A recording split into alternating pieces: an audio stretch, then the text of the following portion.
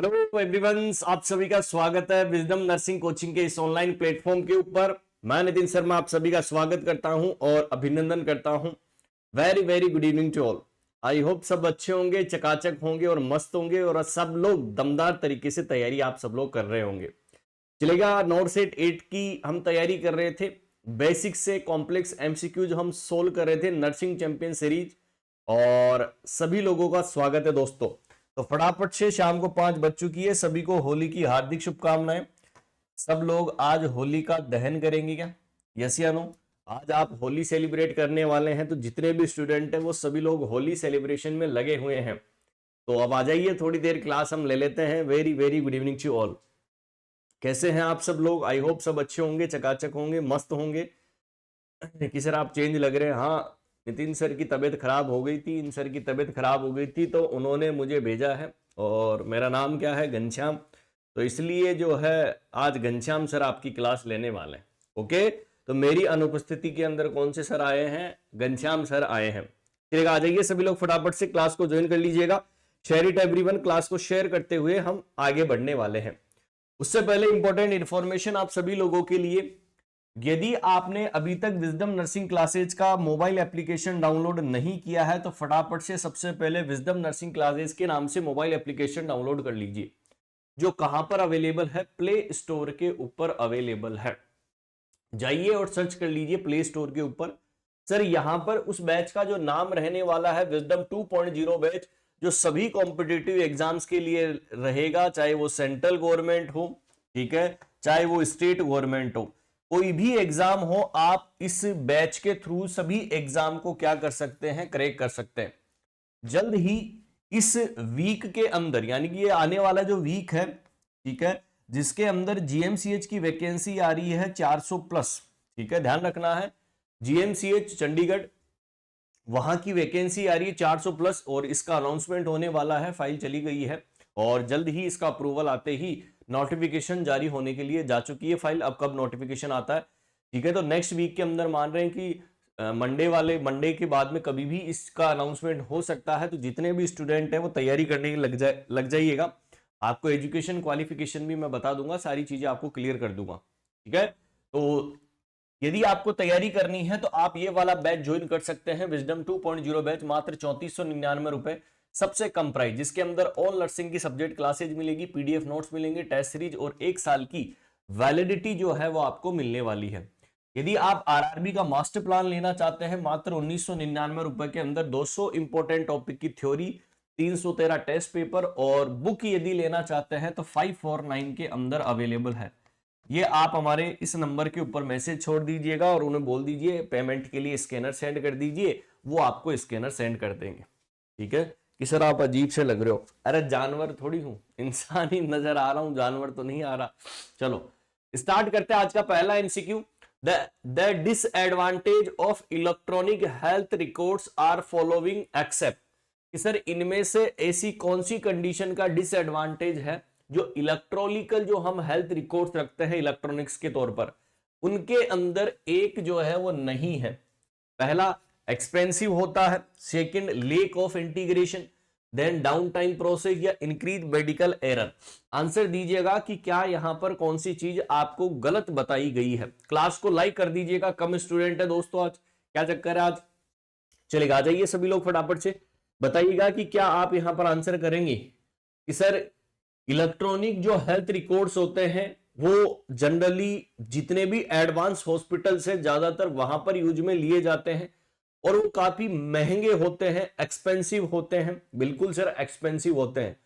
इनको मेंटेन करना यदि आपको करना है तो आपको ज्यादा जो है सोर्सेज चाहिए, ज्यादा एक्सपेंडिचर का खतरा होता है, और लोगों से ज्यादा इंटीग्रेशन, मतलब आप किसी के जो है सीखने की जरूरत नहीं है, आप अपने आप रिकॉर्ड एक बार आ गया तो आप कर सकते हैं।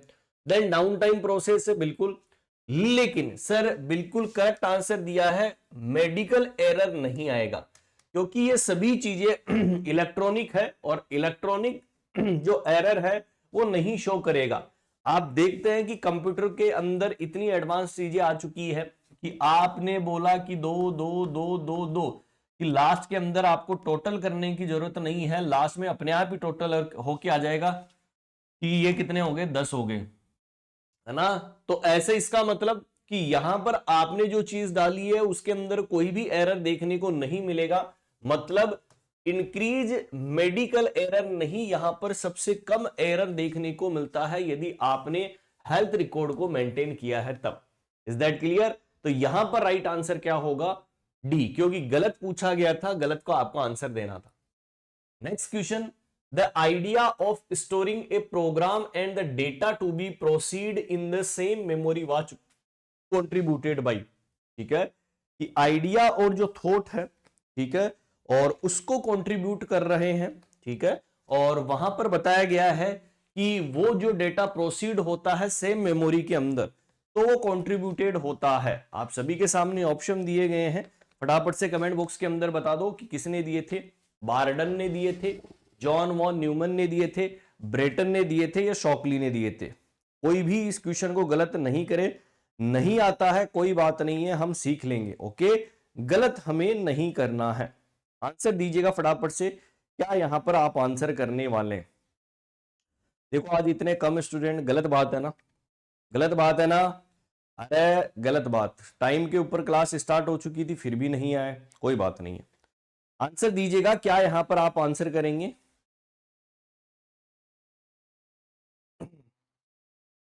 चलेगा कि सर यहां पर इस क्वेश्चन का राइट आंसर क्या रहेगा कि किसने जो है कंट्रीब्यूटेड किया था? आप बोलोगे जॉन वॉन न्यूमैन ने, ठीक है। डायरेक्टली क्वेश्चन पूछा जाता है कि किसने कंट्रीब्यूटेड किया था आइडिया ऑफ स्टोरिंग प्रोग्राम, ठीक है, हम उसको सेम मेमोरी के अंदर कंट्रीब्यूट करें, ये किसने बताया था? जॉन वॉन न्यूमैन ने बताया था, ठीक है। डायरेक्टली क्वेश्चन पूछा गया है, आंसर देना है।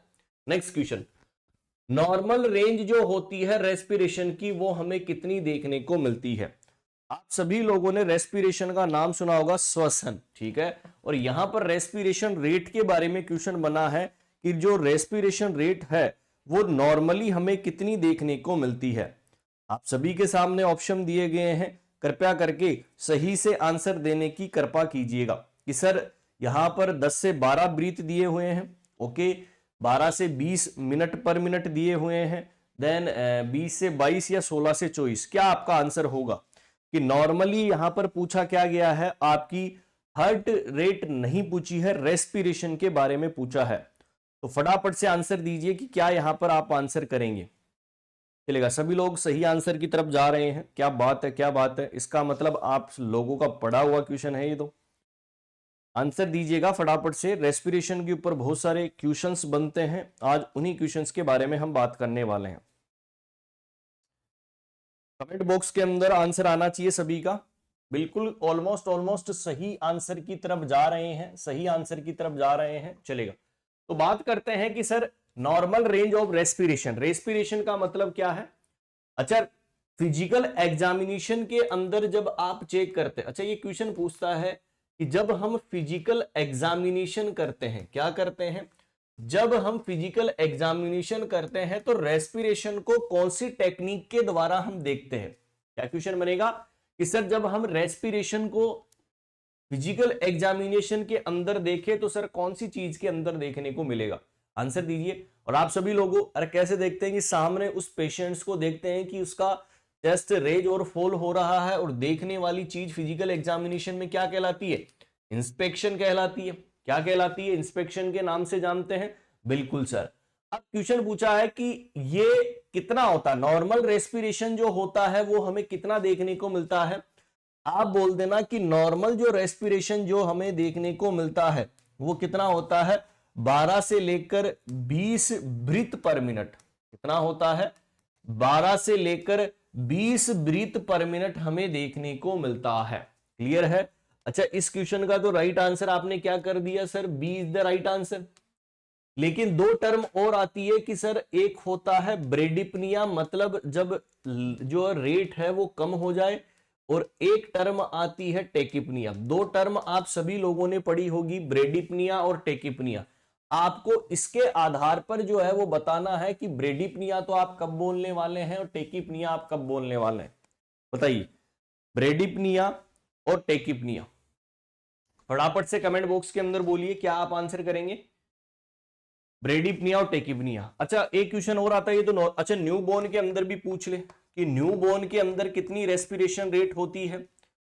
अब आप क्या बोलोगे, बोलते हैं कि न्यू बोर्न के अंदर रेस्पिरेशन रेट ज्यादा होती है, 30 से लेकर 60 ब्रीथ पर मिनट होती है। क्लियर है, चलेगा। तो ये न्यू बोर्न के अंदर है। अच्छा ब्रेडीपनिया का मतलब है कि जब रेस्पिरेशन रेट कम हो जाए, टेकिपनिया का मतलब है रेस्पिरेशन रेट ज्यादा हो जाए। और ब्रेडीपनिया की कंडीशन रेस्पिरेशन कितने से कम हो जाना, अरे कितने से, यदि 12 ब्रीथ पर मिनट से कम हो जाती है, कितने से, 12 ब्रीथ पर मिनट से यदि कम हो जाती है तो उस कंडीशन को हम क्या बोलते हैं, ब्रेडीपनिया। लेकिन 20 ब्रीथ पर मिनट से यदि ज्यादा हो जाती है तो उस कंडीशन को हम क्या बोलते हैं, टेकिपनिया। याद रखोगे ब्रेडीपनिया एंड टेकिपनिया, क्योंकि काफी बार क्वेश्चन पूछते हैं, हम कंफ्यूजन के अंदर रहते हैं, तो इस क्वेश्चन को ध्यान में रखना। नॉर्मली 15 से 20 हमें देखने को मिलती है। अच्छा यदि नॉर्मल रेस्पिरेशन के बारे में पूछे कि नॉर्मल रेस्पिरेशन को क्या बोलते हैं, यूपनिया। क्या बोलते हैं इसे, नॉर्मल रेस्पिरेशन के नाम से हम जानते हैं। किस नाम से जानते हैं, नॉर्मल रेस्पिरेशन। अच्छा क्वेश्चन के अंदर नॉर्मली तो पूछा था कि नॉर्मल कितना होता है, तो नॉर्मल ये रहा कि 12 से 20 ब्रीथ पर मिनट हमें क्या देखने को मिलता है, नॉर्मल रेस्पिरेशन रेट हमें देखने को मिलता है। क्लियर है दोस्तों, तो राइट आंसर यहां पर क्या चला जाएगा, B is the right answer. चलेगा, आगे बढ़ते हैं next question. During physical assessment of a children asymmetry of the skull, कि जब हम फिजिकल असेसमेंट कर रहे थे किसी बच्चे का, ठीक है, तो वहां पर हमने देखा कि बच्चे का जो स्कल है, जो खोपड़ी है, वो क्या हो चुकी है, एसिमेट्री हो चुकी है। एसिमेट्री का मतलब उबड़ खाबड़, ठीक है। और उस कंडीशन को, किस चीज को ये इंडिकेट करने वाली है कि सर हाइड्रोसिफेलस को, क्रेनियोटैप्स को, क्रेनियोसिंटोसिस को, या ऑस्टियोजेनेसिस इम्परफेक्टा को, बताइए क्या आंसर आप करेंगे फटाफट से कमेंट बॉक्स के अंदर, क्योंकि स्कल क्या हो चुकी है, एसिमेट्री हो चुकी है। Very very good evening to all. Comment box के अंदर आंसर आना चाहिए, गलत आंसर कोई नहीं करेगा, बताइए। बच्चों के अंदर यदि स्कल क्या हो जाए, सॉफ्टनिंग हो जाए, softening of skull, softening of the school, यदि बच्चों के अंदर जो स्कल है वो क्या हो जाए, सॉफ्टनिंग हो जाए, एकदम सॉफ्ट यदि हो जाता है, तो इस कंडीशन को हम क्रेनियोटैप्स के नाम से जानते हैं। मोस्टली सबसे ज्यादा जो ऑक्सीपिटल और जो पैराइटल पार्ट होता है, वहां से हमें क्रेनियोटैप्स देखने को मिलता है, सॉफ्ट हो जाता है, ठीक है। और बिल्कुल यहां पर गलत, अरे गलत आंसर नहीं देना, ठीक है। अच्छा ये किसके अंदर देखने को मिलता है, क्रेनियोटैप्स। आप सभी लोगों ने विटामिन डी की डेफिशिएंसी पढ़ी होगी, और वो किसके अंदर, बच्चों के अंदर। बच्चों के अंदर विटामिन डी की डेफिशिएंसी होना क्या कहलाता है, रिकेट्स कहलाता है। क्या कहलाता है, रिकेट्स के नाम से हम जानते हैं। किस नाम से जानते हैं, रिकेट्स के नाम से।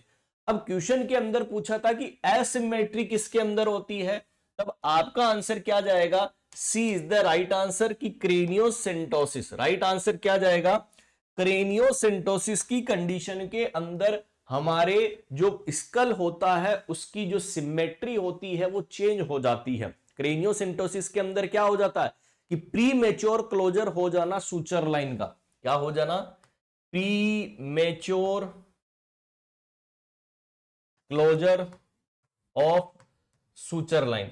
आप सभी को पता है कि हमारे जो स्कल होता है वहां पर सूचर्स पाए जाते हैं, और वो जल्द टाइम से पहले ही क्लोज हो जाते हैं, तो वो जो स्कल की जो शेप होनी चाहिए वो शेप नहीं रह पाती है। इसका मतलब आगे चलकर वो किस चीज को लीड करने वाला है, एसिमेट्रिक स्कल को।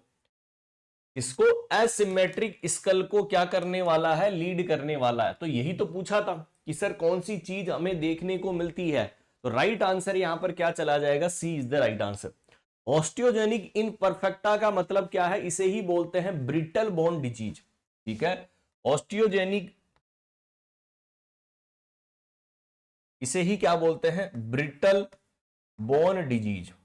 ये क्वेश्चन पूछा हुआ है, brittle bone disease is also known as, तो आप क्या बोलते हैं, ऑस्टियोजेनेसिस इम्परफेक्टा के नाम से जानते हैं। कि यहां पर ये एक तरीके का कौन सा डिसऑर्डर होता है, इनहेरिटेड, मतलब जन्मजात होता है। इनहेरिटेड क्या होता है दोस्तों, डिसऑर्डर हमें देखने को मिलता है, ठीक है, जिसके अंदर क्या कैरेक्टरिस्टिक्स आ जाता है कि जो हमारी हड्डी होती है वो हड्डी क्या हो जाती है, फ्रेजाइल। फ्रेजाइल का मतलब है कि ऐसी हड्डी हो गई कि कभी भी टूट सकती है। फ्रेजाइल बोन हमें देखने को मिलती है क्योंकि वहां पर उसका जो कनेक्टिव टिश्यू है वो सर टूटने लग जाता है, ठीक है, फ्रेजाइल बोन हो जाती है, जो है थिन हो जाती है, इजीली ब्रेक हो जाती है, क्लियर है।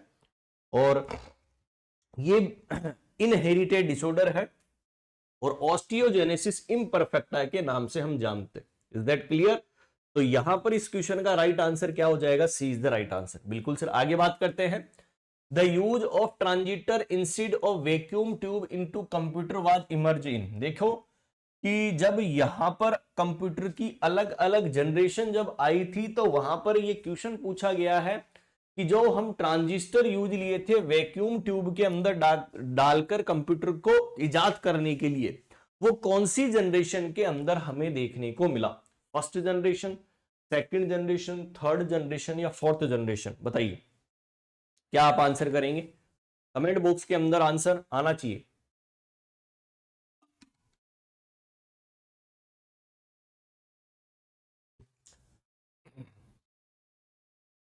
अरे नितिन सर नहीं आए हैं, कौन आए हैं, घनश्याम सर आए हैं, ठीक है। नितिन सर की तबीयत खराब थी और उन्होंने मुझे भेज दिया कि सर आपको क्लास लेनी है 2-3 दिन, चलेगा। तो याद रखना है, डायरेक्ट क्वेश्चन पूछता है कौन सा टाइप का होता है, सेकंड जनरेशन होता है। क्या होता है सेकंड जनरेशन, कंप्यूटर का क्वेश्चन था। The substance that causes tissue necrosis and damage particular when the extravasated I. कि सर यदि यहां पर एक कोई सबस्टांस है और वो टिश्यू को नेक्रोसिस कर रहा है, मतलब डेथ कर रहा है, डैमेज करता है किसी पर्टिकुलर पार्ट को और एक्स्ट्रा वास्टेड कर रहा है, मतलब ज्यादा जो है डैमेज कर रहा है, उसे क्या बोलते हैं, अपोप्टोसिस, इंटरल्यूकिन्स, वेसिकेंट्स या रेटिनोइड्स? क्या आंसर आप करोगे? अच्छा क्वेश्चन है, कैंसर का क्वेश्चन है, वैसे कैंसर में पढ़ते हैं हम। बताइए क्या आंसर आप करेंगे।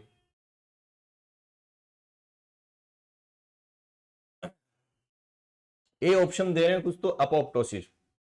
अपोप्टोसिस का मतलब क्या होता है, प्रोग्राम सेल डेथ, कि आपने प्रोग्राम बनाया है किसी सेल को मारने का, तो वो कंडीशन कौन सी कहलाती है, अपोप्टोसिस।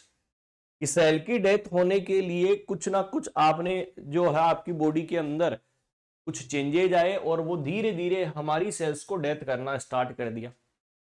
अच्छा, इंटरल्यूकिन्स भी नहीं होते हैं, प्रोस्टाग्लैंडिन के अंदर आपने पढ़ा होगा। रेटिनोइड्स आपने जो है विटामिन ए के अंदर पढ़ा होगा, विटामिन ए प्रीकर्सर पढ़ा है क्या, रेटिनोल? तो ये ऑप्शन भी कट गया, ये ऑप्शन भी कट गया, तो एक ही बचा वेसिकेंट्स। क्या बता, वेसिकेंट्स, कि ऐसा सबस्टांस जो नेक्रोसिस करता है पर्टिकुलर एरिया के अंदर और बाहर की तरफ से निकलता हुआ नजर आता है, उसे क्या बोलते हैं, वेसिकेंट्स। आपने वेसाइकल देखा है, वेसाइकल का मतलब जिसके अंदर फ्लूइड भरा हुआ है, फ्लूइड फिल्ड कैविटी। क्या वेसिकल को क्या बोलते हैं, फ्लूइड फिल्ड कैविटी बोलते हैं, यस या नो? बिल्कुल सर। तो उसी तरीके का जो है सेल डेथ हो रहा है और बाहर की तरफ से निकलता हुआ नजर आ रहा है, ठीक है, तो वो कंडीशन क्या कहलाई, वेसिकेंट्स कहलाती है, चलेगा। The type of pelvis in which the feature are heart shaped brim narrow pelvis and sciatic notch prominent spine and suprapubic angle less than 90 degree. अच्छा ये क्वेश्चन तो वैसे हमने पढ़ ही लिया, ठीक है, शायद पहले भी ये क्वेश्चन जो है वो करवा दिया गया था, कोई बात नहीं है, दोबारा से ये क्वेश्चन आ गया, दोबारा से इसको देख लेते हैं, चलिएगा। फटाफट से कमेंट बॉक्स के अंदर बोलो क्या आप यहां पर आंसर करने वाले हैं, क्या आप यहां पर आंसर करेंगे। तो सर सीधा सीधा सिंपल सिंपल क्वेश्चन पूछा था, यहां पर एक ही ऑप्शन के अंदर छापा हुआ है,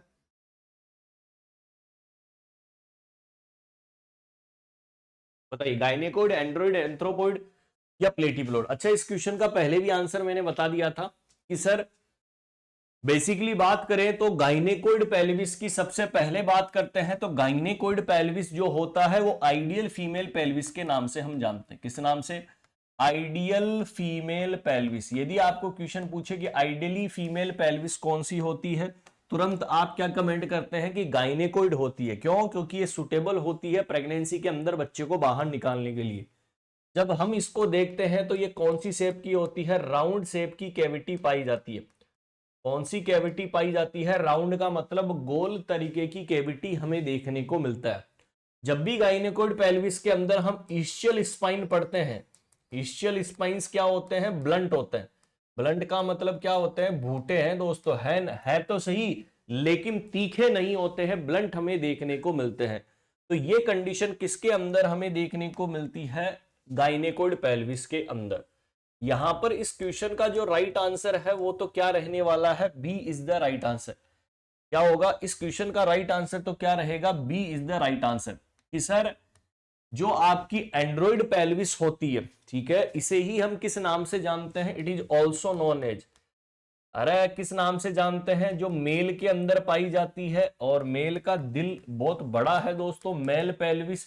इसीलिए इसकी जो शेप होती है, कौन सी शेप होती है, हार्ट शेप। अंदर से जब हम इसको देखते हैं तो कैविटी कैसी आती है, हार्ट शेप की हमें क्या देखने को मिलती है, कैविटी हमें देखने को मिलती है। सर यहां पर जो ईस्चियल स्पाइन है वो तीखे होते हैं, ठीक है, क्योंकि उसके कोई बच्चे की डिलीवरी तो करवानी है नहीं मेल को, ठीक है। यहां पर जो ईस्चियल स्पाइन्स पाए जाते हैं वो क्या होते हैं, तीखे। तीखे को क्या बोलते हैं, प्रोमिनेंट। क्या बोलते हैं, प्रोमिनेंट, मतलब उभार वाले, तीखे होते हैं। और बच्चे का हेड जो होता है ना वो इसी ईस्चियल स्पाइन के ऊपर आकर टिकता है एट द डिलीवरी के टाइम में। तो मतलब महिला के अंदर ब्लंट है तो बच्चे की डिलीवरी हो सकती है आराम से, ठीक है, बिल्कुल करेक्ट आंसर दिया है, चलेगा। ये कॉमनली सबसे ज्यादा व्हाइट जो फीमेल्स होती है उनमें कॉमनली पाई जाती है। कॉमन व्हाइट फीमेल्स जो होती है उनके अंदर इसी तरीके की एंड्रॉइड पेल्विस पाई जाती है। क्लियर है दोस्तों, छाप लिया क्या, ये सारे क्वेश्चंस किसके लिए बताए हमने, एंड्रॉइड पेल्विस के लिए बताए। चलिए नेक्स्ट क्वेश्चन क्या है, एंथ्रोपोइड पेल्विस। नेक्स्ट क्या है, एंथ्रोपोइड। अच्छा एंथ्रोपोइड कैसी होती है, Apple like, Apple like cavity. जिस तरीके से आपका एप्पल होता है ना, सेब होता है, उसी तरीके की कैविटी हमें देखने को मिलती है, मतलब एप्पल लाइक कैविटी हमें यहां पर देखने को मिलती है। अच्छा ये किसके अंदर, जिनकी हाइट ज्यादा होती है, जो काले कलूटे बैंगन लूटी जिनकी शक्ल है, मतलब मोस्ट कॉमन ये किसके अंदर देखने को मिलता है, जो ब्लैक होते हैं, ब्लैक फीमेल्स जो होती है उनके अंदर, एंड इसके अंदर जो लॉन्ग होते हैं, मतलब जो लंबे होते हैं, उनके अंदर जनरली इसी तरीके की क्या देखने को मिलती है आपको, एंथ्रोपोइड के अंदर क्या देखने को मिलती है दोस्तों, पेल्विस देखने को मिलती है। चलेगा सर। अब कौन सा आता है, प्लेटिप्लोइड। अच्छा प्लेटिप्लोइड कैसी होती है, किडनी, किडनी शेप होती है, या आपको बोल सकता है फ्लैट, या तो किडनी शेप हो सकती है या कैसी हो सकती है, फ्लैट शेप हमें देखने को मिलती है। कैसी, या तो किडनी की शेप की तरह होती है या फ्लैट शेप हमें देखने को मिलती है, ठीक है। जब हम इसको अंदर से देखते हैं तो ये कैसी होती है, ओवल शेप की, ठीक है, लॉन्ग ओवल शेप की हमें नजर आती है अंडे के समान। अच्छा ये किसके अंदर मोस्ट कॉमनली देखने को मिलती है, मोस्ट कॉमनली ऐसी महिलाएं जो क्या है दोस्तों, मोटी होती है, ओबेज होती है, ओबेज का मतलब मोटी, और जिनकी हाइट कम होती है, वजन ज्यादा पड़ा हुआ है, ठीक है। ओबेज एंड शॉर्ट के अंदर जो है, फीमेल्स के अंदर हमें ये जनरली देखने को मिलता है। क्लियर है दोस्तों, सारी चीजें क्लियर कर दी है, जो जो क्वेश्चन बन सकता था मैंने आपको बता दिया है ना। हर एक चीज के ऊपर क्वेश्चन जो बन सकता था मैंने आपको बता दिया है। किसी को कोई डाउट है, कोई पूछना चाहता है तो वो बेशक पूछ सकता है, बताइए। इसको भी हमने एक्सप्लेन कर दिया, इसको भी हमने एक्सप्लेन कर दिया, और इसको भी हमने एक्सप्लेन कर दिया, हर एक चीज को एक्सप्लेन कर दिया, ऊपर से वो भी कर दिया। सारी क्वेश्चन जो बन सकते थे मैंने बता दिए। अब लेकिन एक दो क्वेश्चन और बनते हैं दोस्तों, कि सर एक दो क्वेश्चन कौन से बनते हैं, सारे तो बता दिए कि पेल्विस की वैरायटीज, एक दो पेल्विस की वैरायटीज और आप लोगों ने पढ़ी होगी।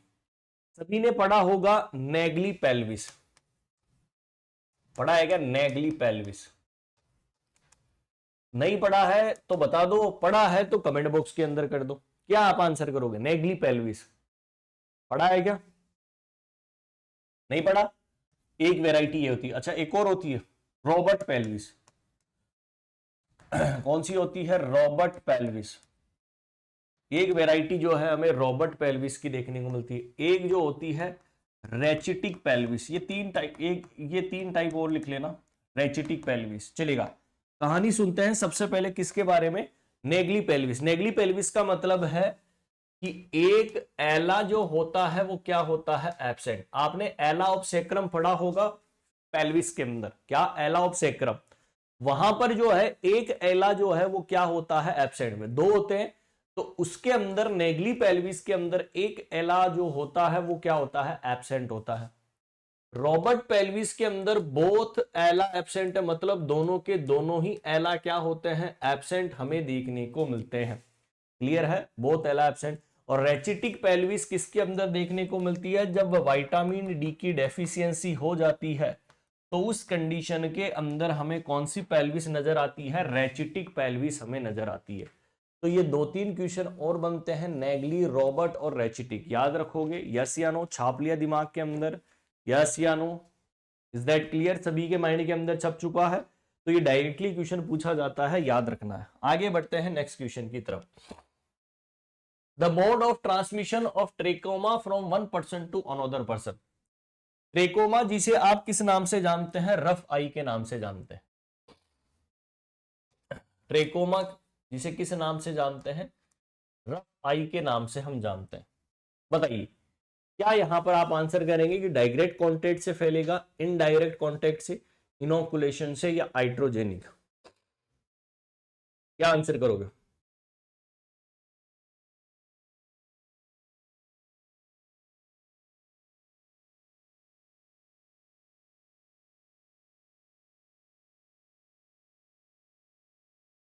बताइए क्या आंसर करेंगे? डायरेक्ट कॉन्टेक्ट से फैलेगा, इनडायरेक्ट, इनोकुलेशन या हाइड्रोजेनिक? कैसे फैलेगा?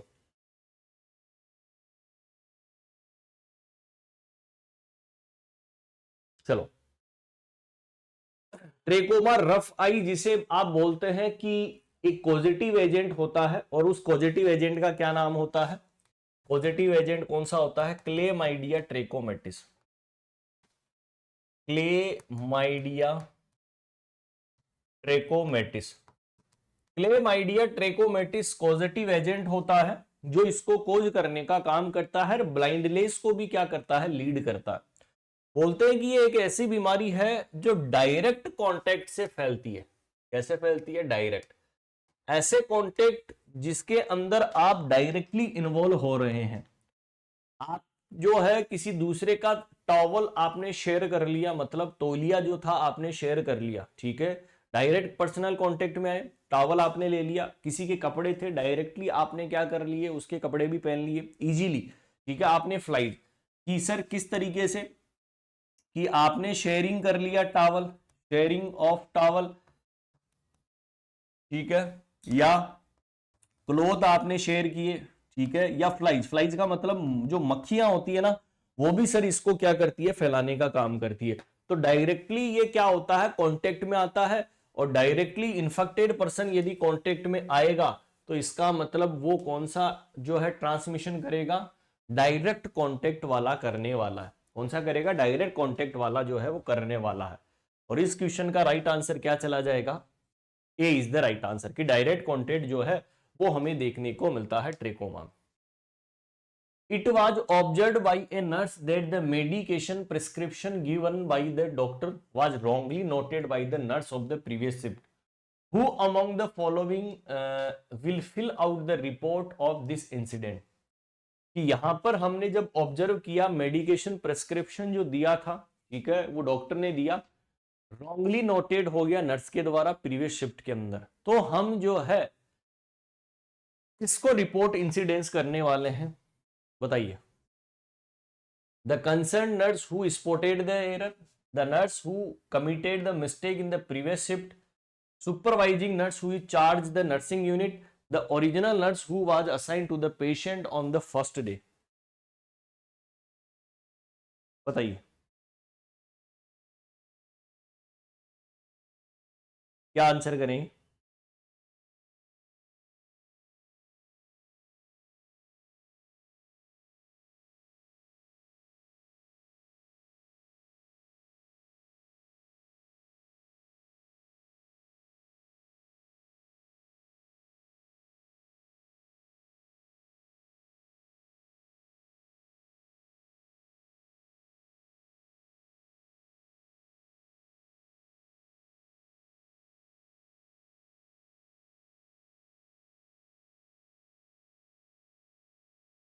चलेगा, बोलिए। तो ये जो है हम कंसर्न दिखाएंगे। बिल्कुल करेक्ट आंसर दे रहे हैं। राइट आंसर जो जाएगा वो जाएगा ई, कि the concern nurse who spotted the error. ये कंसर्न होगा कि जिसने इसको एरर को आइडेंटिफाई किया, और उस चीज के लिए कंसर्न हमें रखना होगा। ठीक है, क्योंकि जो एरर हुआ है वो रॉन्गली, ठीक है, रॉन्गली नोटेड हुआ नर्स के द्वारा प्रीवियस शिफ्ट के अंदर। तो उस कंडीशन के अंदर हम कंसर्न नर्स आगे spotted the error. Okay, right answer होगा ए। The activities of a person engage in believing himself ill in the characteristics of। क्या एक्टिविटीज होगी पर्सन की जो एंगेज होगा बिलीविंग हिमसेल्फ के अंदर, जो कैरेक्टरिस्टिक्स किसका होगा, हेल्थ बिहेवियर का, इलनेस बिहेवियर का, सिक रोल बिहेवियर का, या वेलनेस बिहेवियर का? बताइए कौन सा बिहेवियर होगा ये, बताइए क्या आंसर करोगे?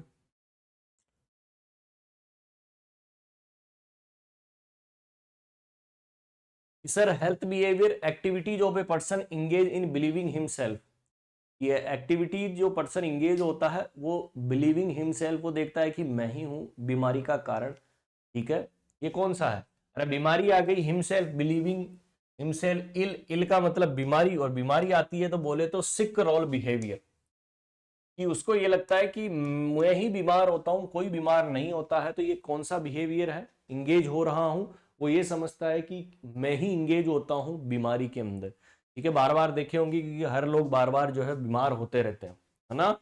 बार बार बीमार होते रहते हैं, तो वही सोचते हैं कि यार मैं ही क्यों बीमार होता हूं बार बार, है ना? तो वो किस चीज को है, वो सिक रोल बिहेवियर के अंदर हमें देखने को मिलता है। क्लियर है, समझ में आ गया? राइट आंसर छापो, क्या होगा? C is the right answer. क्या होगा? C. Next question, the cardinal sign of the body include the following except. कि सर कौन सा कार्डिनल साइन जो है वो हमें देखने को मिलता है एक को छोड़कर? Temperature, blood glucose level, blood pressure level, या हार्ट रेट? बताइए। ये तो सिंपल है, आप सभी लोगों ने पढ़ा होगा कि हमारे लिए हार्ट रेट भी कार्डिनल साइन है। ठीक है, बीपी भी कार्डिनल साइन होता है, आपके टेम्परेचर भी क्या होता है, कार्डिनल साइन होता है, रेस्पिरेशन रेट भी कार्डिनल साइन है, रेस्पिरेशन, और आपका पेन। बेसिकली तो ये चार ही है, लेकिन ये भी इंक्लूडेड है। यहां पर जो क्वेश्चन पूछा है कि कौन सा नहीं है, टेम्परेचर होता है, बीपी होता है, हार्ट बीट होता है, लेकिन ब्लड ग्लूकोज लेवल नहीं होता है दोस्तों। ठीक है, राइट आंसर क्या हो जाएगा? C is the right answer, कि ये चीज हमें देखने को नहीं मिलती है। आगे बात करते हैं, the fetal scale the bregma is found. तो फीटल स्कल होता है, ब्रेगमा कहां पर पाया जाता है? बहुत अच्छा क्वेश्चन, कि फीटल स्कल के अंदर जो ब्रेगमा होता है वो हमें कहां पर देखने को मिलता है? बताइए, आपने पढ़ा होगा फीटल स्कल, और यहां पर ब्रेगमा के बारे में पूछ रहा है, फीटल स्कल का ब्रेगमा। आंसर आना चाहिए, क्या आप यहां पर आंसर करेंगे? फीटल स्कल आप सभी लोगों ने पढ़ा होगा, नहीं पढ़ा है तो कोई बात नहीं, अभी आ जाएगा थोड़ी देर के अंदर समझ में। बताइए।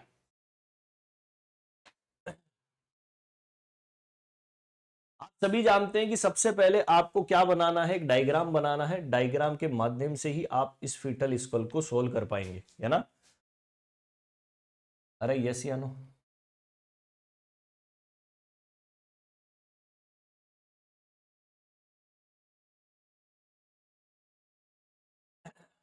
ये पीछे की तरफ ऑक्सीपिटल वाला एरिया है दोस्तों। ठीक है, ध्यान रखना है। ये डायमंड शेप का एंटीरियर फोंटानेल आ गया, ये हो गया, होता है ना? और एक इस तरी आगे की तरफ हो गया, यह होता है। चलेगा, अब कहानी सुनते हैं। ये फीटल स्कल है, ये एंटीरियर मतलब आगे वाला पोर्शन है, आगे वाले मतलब फेस साइड का है। क्या है? फेस साइड का है। और ये पीछे की साइड का, ये फेस का, और ये अपने जो है पीछे की तरफ सब ऑक्सीपिटो आता है ना, सब ऑक्सीपिटो। ये क्या है? सब ऑक्सीपिटल। ऑक्सीपिटल कहाँ होता है? गुद्दी के अंदर। ये सब ऑक्सीपिटल वाला पोर्शन हो गया। ठीक है, ये फेस वाला जो है वो एरिया हो गया। अच्छा, यहां पर जो सबसे टॉप के ऊपर पाया जाता है, इसे क्या बोलते हैं? ग्लाबेला। क्या बोलते हैं? ग्लाबेला के नाम से जानते हैं। कल परसों क्लास के अंदर भी हमने इसको शो करा था। अच्छा, ये वाला जो है एंटीरियर फोंटानेल, एंटीरियर फोंटानेल को किस नाम से जानते हैं? ब्रेगमा के नाम से जानते हैं। अच्छा, पोस्टीरियर फोंटानेल को किस नाम से जानते हैं? लैम्डा के नाम से जानते हैं। तो आगे ब्रेगमा है, पीछे की तरफ क्या है दोस्तों? लैम्डा है। ये पीछे की तरफ जो बोन पाई जाती है, ये कौन सी बोन होती है? ऑक्सीपिटल बोन होती है। कौन सी बोन होती है? ऑक्सीपिटल बोन हमें देखने को मिलता है। ठीक है, ये वाला जो हिस्सा है ये बाईपेराइटल, जिसे आप वर्टेक्स बोलते हैं। क्या बोलते हैं? वर्टेक्स। और ये यहां पर जो है वो सूचर पाया जाता है, ट्रांसवर्स सूचर। ठीक है। अच्छा, कौन सा सूचर होता है ये? Coronal suture. इसे कौन सा सूचर बोलते हैं? Coronal suture. Coronal suture. ठीक है, ये जो है वो हो गया। ये फ्रंटल सूचर है, ये आगे की तरफ पाया गया सूचर है, फ्रंटल सूचर। सामने की तरफ है ना फ्रंटल सूचर। कौन सा है? Frontal suture. पीछे की तरफ कौन सा है? Sagittal suture. कौन सा है? Sagittal. Is that clear? Bro वाला पोर्शन ये वाला होता है, मतलब फेस के ऊपर का ब्रो प्रेजेंटेशन। अब क्वेश्चन पूछा है कि the fetal skull the bregma is found. अब आप ये देखो कि ब्रेगमा कहां पर है? यहां पर है ब्रेगमा, डायग्राम के अंदर भी नजर आ रहा है। ये वाला जो हिस्सा है वो कौन सा है? ये वाला हिस्सा कौन सा है? ब्रेगमा है। यस या नो? दिखाई दे रहा आप सभी को? अब क्वेश्चन ये पूछा है कि सर ये ब्रेगमा जो है कौन से जंक्शन के ऊपर हमें देखने को मिलता है? कौन से जंक्शन के ऊपर हमें देखने को मिलता? आप सभी के सामने ऑप्शन दिए गए हैं कि sir at the junction of the sagittal, coronal and frontal suture, at the junction of the lambdoidal and sagittal suture, between the two hall of the frontal bone, between the frontal bone and parietal bone. क्या answer आप करेंगे? अब तो simple हो गया दोस्तों। आगे की तरफ फ्रंटल सूचर है ब्रेगमा की तरफ। सर पीछे की तरफ जब हमने देखा कोरोनल और सेजाइटल सूचर दोनों है, कोरोनल सूचर भी है, सेजाइटल भी है। अब ऑप्शन के अंदर देखो कि कौन सी चीज आपको दर्शाई गई है। ठीक है, कि sir at the junction of the sagittal, बिल्कुल सर सेजाइटल है। कोरोनल, बिल्कुल सर कोरोनल और फ्रंटल, मतलब पहला ही ऑप्शन आपको करेक्ट दर्शाया गया है। ठीक है, और राइट आंसर क्या हो जाएगा? A is the right answer. Clear है? राइट आंसर क्या हो जाएगा दोस्तों? A is the right answer. कि कौन सा सूचर हमें देखने को मिला जंक्शन के ऊपर? सेजाइटल, कोरोनल और फ्रंटल सूचर, ब्रेगमा को इंक्लूडेड कर दिया गया। क्लियर है? अरे बोलो यस या नो। तो ये सेजाइटल हो गया, ये कोरोनल हो गया और ये आगे की तरफ फ्रंटल हो गया। क्लियर है दोस्तों? फ्रंटल हो गया, कोरोनल हो गया और साइड के अंदर क्या हो गया? आपके सेजाइटल। पीछे की तरफ कौन सा? लैम्बडोइडल। Is that clear? चलिएगा, ओके। तो राइट आंसर यहां पर क्या चला जाएगा? A. The primary role of the paediatric nurse is provide nursing care. कि पीडियाट्रिक नर्स का प्राइमरी रोल क्या होता है? बताओ, प्राइमरी रोल हमें क्या देखने को मिलता है पीडियाट्रिक नर्स का? A collaborator, care coordinator and consultant, educate and manager, independent and autonomous practitioner, clinical speciality and case manager.